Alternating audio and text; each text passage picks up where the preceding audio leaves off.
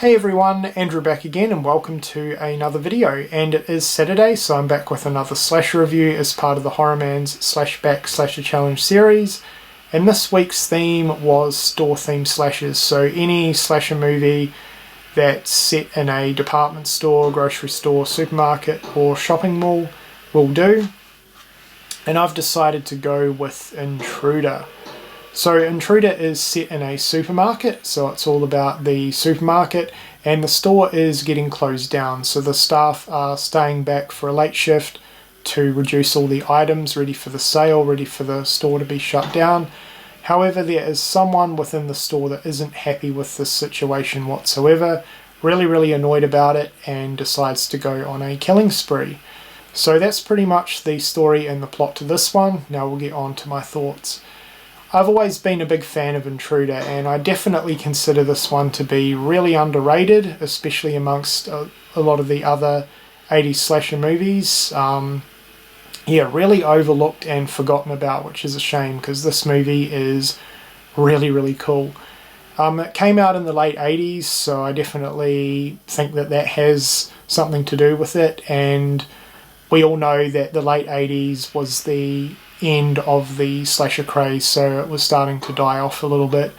But yeah, extremely overlooked and forgotten about, which is a shame because this one is really cool, as I said. Now, first and foremost, we'll get to the location. The location, I think, is absolutely fantastic. I love the grocery store or supermarket setting, and it definitely is utilized really well in terms of the kills, which we will get to later on.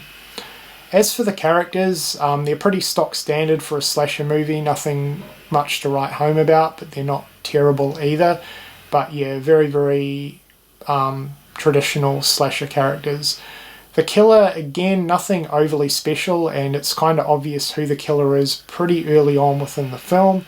However, that definitely doesn't really take anything away from the movie whatsoever, and it certainly doesn't take away anything from the kills.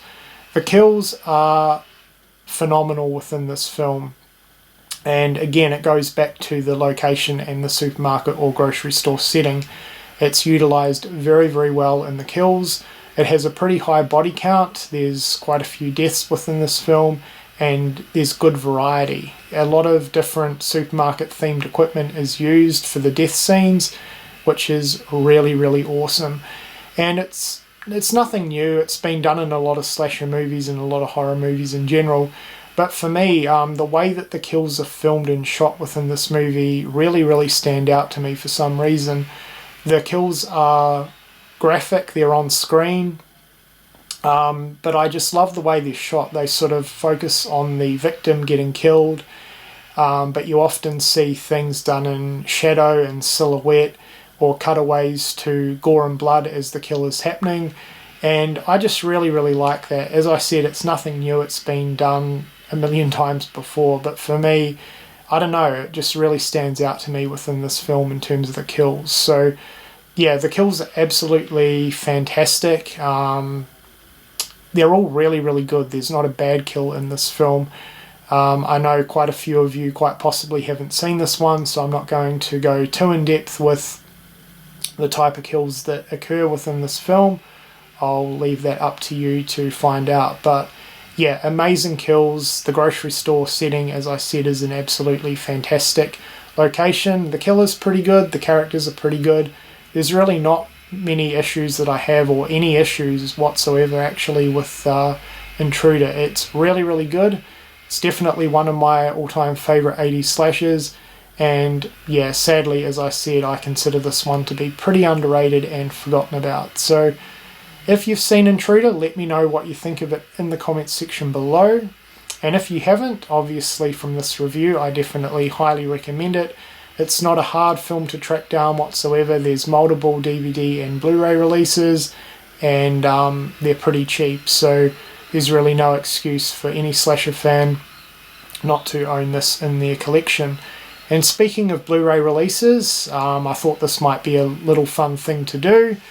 I actually have a couple of editions of this film, so we're going to have a little vote in the comments section below as to which cover you prefer. So this is the 88 film slasher classic release, And the cover art on this is really, really cool.